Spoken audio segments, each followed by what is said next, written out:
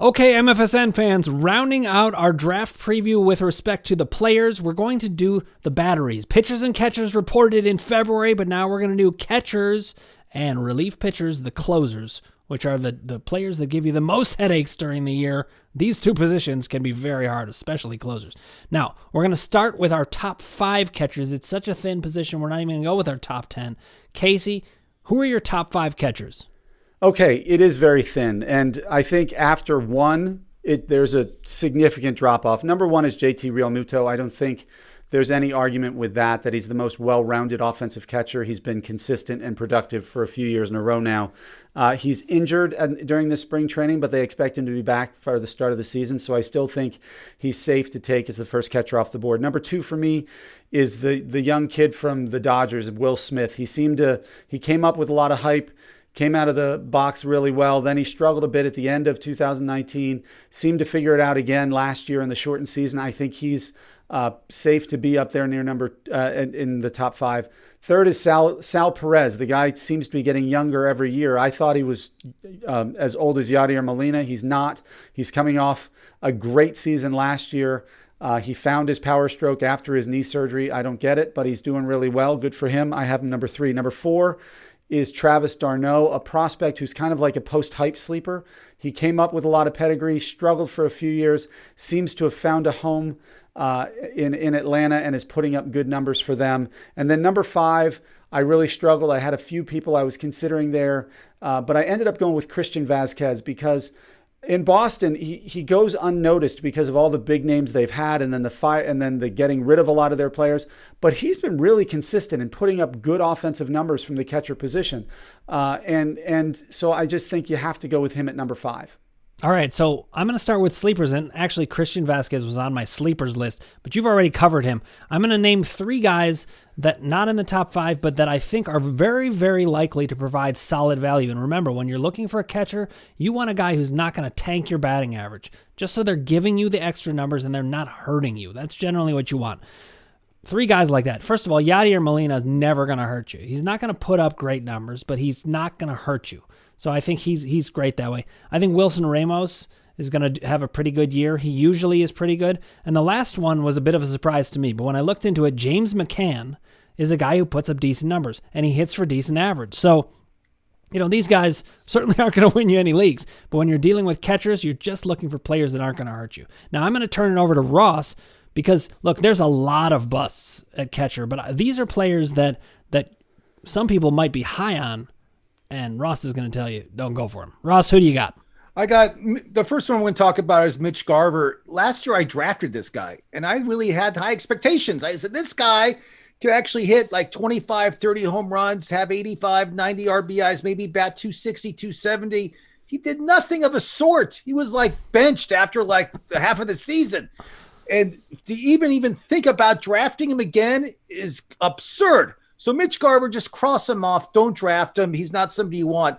When you say bust, I got to say Buster Posey. Get it, Case? Buster Posey. Nice. Buster Posey had a great career. It's time to hang up the cleats. You did great. You can't hit the long ball anymore. And chicks love the long ball, Buster. And hitting that little short ball is not going to win you any fans. It's time to hang it up. Thank you, Buster. You'll be in the Hall of Fame, though. You won 3 World Series. That's more than Kasey Scheinfeld. That's 3 more. The other one I like that's getting a lot of hype here in California is Austin Nola. I like this guy, but I just don't feel he should be drafted in your league. You can pick him off waivers if you want him. He's getting a lot of hype. I don't understand why. He can't hit. He's an okay fielder, but again, go ahead and draft him if you want him, but he's somebody that you'll waive within a month. But that's my bust. The catchers, like Dan's been saying the whole show, it's a very weak category. And if you can draft a top 3 guy, like Kasey said, try to do that. It'll give you a huge advantage in your league because it'll be somebody that you'll have an advantage on other teams because their catcher won't be as good. But if you can't draft them early enough, you may have to go with one of the guys that I mentioned. So there you go. Yeah, I agree with those lists. I think they're really solid. I want to add one name to Dan's list, and it's more like a guy you take a flyer on. his name is Dalton Varsho, because he's an outfielder who qualifies a catcher. Yep. And so if he can get playing time in the outfield and those tend to be more offensive categories, and you can put that in your catcher position, it's the equivalent of having a wide receiver or a quarterback who you can play at tight end, which happened in this past football season. It's somebody who can steal you stats for the catcher position, even though he's not primarily playing catcher. And that's why a guy like Buster Posey used to be so useful, because he used to play at first base, actually play in games, not at catcher, which meant he was going to give you like 120 games a year, sometimes maybe even 140.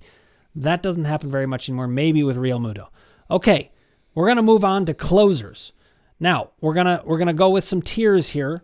Ross, you've got the first tier, the top 5 closers off the board in your mind. And by the way, while we're doing this, I'm going to show you my closer jersey. It's Rick Vaughn, the Wild Thing, the closer for Major League. I'm wearing my shirt backwards because it is not acceptable to show any Chief Wahoo ever again. Okay, Ross, top 5.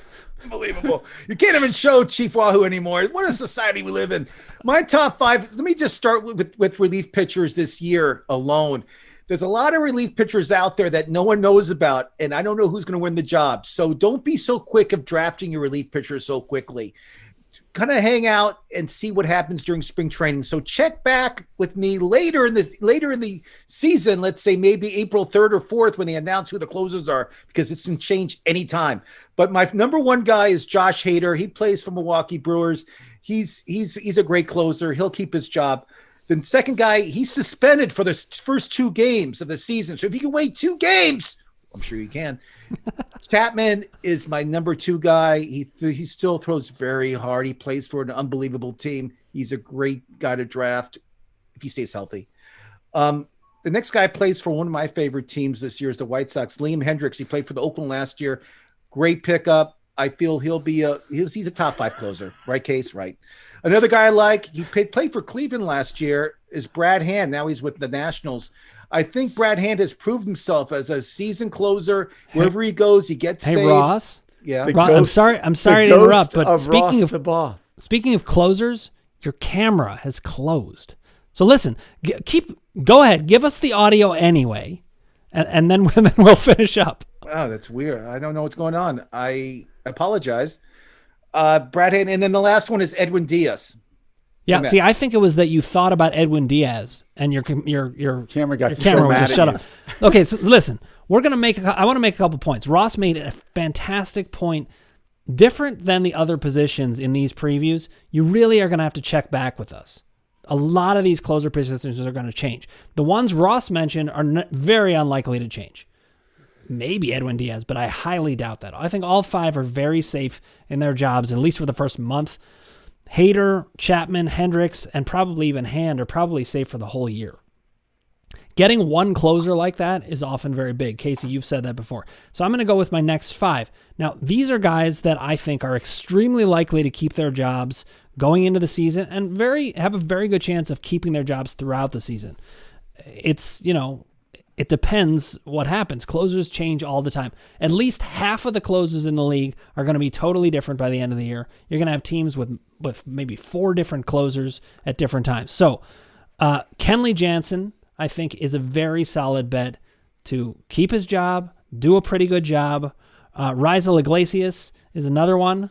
And then there's 3 guys who've come into the job that I think their peripherals are good enough that they're likely to hold on to it. But they're getting into that next tier. You've got James Karinchak of the Indians. You got Trevor Rosenthal of the A's and Ryan Presley of the Astros. But closer is a dicey position. Okay. Now, Kasey, you do the next 5, and then we'll get into sleepers, value picks, and busts. I always keep getting stuck with the bottom tier in these multi-tier ones. So unfortunately, I'm getting into the position where you don't have as much certainty with whether or not they're going to be the closer, but these are guys who I think either will end up the closer or have the job now and at least can get you through the early part of the season. First is Nick Anderson in Tampa Bay. His stuff is just filthy. He puts up great numbers, but Tampa is notorious for making it difficult to predict who's going to be the closer, but I think he is the most likely to be in that situation. He's been around forever. He's not reliable, but he got better last year, and that's Craig Kimbrell in Chicago. They're paying him so much. I think they're going to keep him in the closer's role, if anything, just so he can show how good he is, that they can move him at the deadline. But I think in the beginning of the season, he's the safe bet for the guy to get the saves for the Chicago Cubs. Matt Barnes in Boston is kind of in the same boat. He's the closer, de facto closer in Boston. He doesn't have the greatest numbers, but at least he's been successful as a closer in the past. And worst case scenario, they're trying to pitch him so that he can find a good tradable partner for him. Philadelphia is another closing situation where it's a team that could get a lot of wins, and their bullpen is much improved, which is good but also bad for Hector Neris. I'm not sure if he's going to keep that job. They picked up Archie Bradley. He could sneak in and take some saves, but he's still in that mix of the next five. And then finally is Will Smith in Atlanta. He's the favorite to be the closer in Atlanta. He's got really good stuff to close with, and he's on a good team. I like that, so I would be more willing to take that risk than some of the other players on the market. So let's just sum this up. Will Smith is the second best catcher, the 15th best closer, and one of the greatest actors. And the Fresh Prince of Bel-Air. In box office history. I Am Legend. And last year, they faced each other in the playoffs, which was the first time two guys with the same name, one pitched, and one was the batter, named the same exact name. Get that. Now, that's surprising because maybe they'll both make the All-Star team and they can be the first name to pitch to each other. Ooh, that's true. You know, this just goes to show you, if there had ever been a hitter named Satchel Paige, this would have happened a long time ago. Okay, now, Ross, your camera is back. You were a sleeper pick. You went to sleep entirely, and now you're back. We're glad to have you. Let's get into your sleepers, and then I'll do the value picks, and then Kasey, you're going to do the busts. So my sleeper picks are easy. I won't go on long speeches about it, but Jordan Hicks, St. Louis Cardinals, throws 102 miles an hour. He's the front runner to get that closing job. We'll see what happens. Mark McCone, I think I said that right. Melanson, yeah. It's a very Melanson, hard... I guess. Okay. He's the closer in San Diego now. They just signed him, or they traded for him. He's the new face over there. I think he'll be the closer there.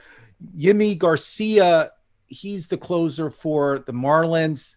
He could get the job. The Marlins have a really good team. Garcia looked great last year. ERA like under 2. He was unbelievable. And my last one, I love his name. It's Sean Doolittle for the Reds. He just signed with the Reds. He came from the Nationals. Wherever he goes, he's always does unbelievable as a closer. I mean, this guy's a great track record, and I feel the Reds need him right now. So we'll see what happens. But Sean Doolittle is my other one who's a kind of a sleeper because no one's talking about him at all. He's rated like way low on Yahoo. Okay, so now I'm going to go into some value picks. These are guys that you can get later that I think actually have pretty good job security, or maybe are just under the radar, but I think are going to be really good. Or they're 8th inning guys that I think if they get in there, you could have a top closer. So first of all, Kirby Yates, he's now with Toronto. He's 2 years removed from being the best closer in baseball. I'm not saying he's going to return to that form, but this is the thing. Closers, it's going to rotate. There's going to be probably 60 guys at least who get saves for a significant amount of time during the season. You always got to work at closers. Kirby Yates is somebody who could just be a solid and even spectacular guy if he returns to form. Trevor Rosenthal, I also think he's very underrated. I had him in my rankings in the second tier. Another guy who is probably in a battle for the closer position is Alex Colomé. He's now with the Twins. He's going to be battling Taylor Rogers for that. But if he gets it, he's always good, and he's experienced. The experienced guy often wins out here. Another guy who could return to form, Jose Leclerc. It's all about health with him. He's a very solid closer otherwise. I also have Craig Kimbrell as a value pick. I agree with Kasey. They're paying him enough money. He's likely to be in that position. Now, Julio Yurius. Who knows what this guy's going to do? But listen, you draft him. If he ends up starting, great. The guy's electric no matter what. You saw him close out the World Series. The guy is awesome. And if Kenley Jensen stumbles or if his heart condition returns, God forbid, I'm not hoping for that, but Julio Urias could be a number 1 closer all of a sudden. So you want to keep some back-end guys like that. Now, We're going to turn to Kasey. He had the lower tier and the busts. How did you drew the short straw? What happened here? I did. I don't know. But I want to add one to your list before I go into mine, and that's Devin Williams in Milwaukee. One of the things you've done well in your career and have taught me is that if you have three really good middle relievers or eighth inning guys who put up crazy numbers, you have the equivalent of a really good starter and an ace starter. And Devin Williams' numbers last year in Milwaukee were like insane, like just insane. Nobody could hit his changeup. It looked like that Bugs Bunny pitch from the cartoons. But busts. You mentioned Alex Colomé, which is why I have Taylor Rogers as a bust. Not because he wasn't really good in the position in 2019 and good at it last year, but once they signed Colomé and they brought in Hansel Robles as well, he doesn't have the job security. He doesn't have a long leash to keep that closer's job, but he's still being drafted as a good closer. I think Kenley Jensen is a potential bust, not because of like a lack of talent, but again, he does have the medical history now we have to worry about. He wasn't great in 2019 either. And so they have a lot of options at the back of that bullpen, and they want to win a World Series. They're not going to leave a long leash on anybody if it's causing them wins, especially with the dogfight they're going to have with San Diego. And then Aroldis Chapman. I'm a Yankees fan. It breaks my heart to say it, but I feel he's lost a few ticks off of his fastball over the last couple of years. He's getting a lot more hittable. They have Zach Britton in that bullpen also, who can just induce ground balls like nobody's business. So Chapman also has the potential to be disappointing if you draft him as your number one closer. Now, let me just say one last point and we'll finish up on this. So it really is the case. You're assuming risk with any closer. Seriously, you could take the best closer in the draft. I mean, look at what happened with Kirby Yates the year before. He was the number one closer. You take him, and he ended up being horrible. Or what happened? Who was the closer for Oakland before Liam Hendricks? I'm blanking on his name. Blake Trinan, who was unhittable. Yeah. Oh, well, and look, when he was in that job, I was not high on him the year that he was great, and then I was still skeptical of him, but I was higher, and then he was terrible. It happens all the time. These pitchers are going to flame out. It's all the more reason to have the middle relievers, just like Kasey said. If you can get two middle relievers that are great, or even if you get three, you basically have an ace, and then one of them becomes a closer, it's huge value on your team. So remember, this category is not closers. It's relief pitchers. Now, most of the guys you're going to take are going to be closers or guys that you're speculating on to get the job. But a middle reliever who puts up great numbers year after year after year, you want at least one or two of those guys on your roster. Sure, it can clog up the roster a little bit, but it adds a lot of value. Now, I hope we did a good job, but we want to hear from you. So if you haven't already, click subscribe, ring the bell for notifications, hit like if you like what you're hearing, and put your comments below. I keep saying this, but we love a good fantasy baseball debate, and we want your input. Can't wait to hear from you. Thank you for watching. We've got more draft strategy and updates as March rolls along. We're getting you ready for the draft. Remember to check back, especially for relief pitchers. It changes a lot. Great points by all. Thank you for watching.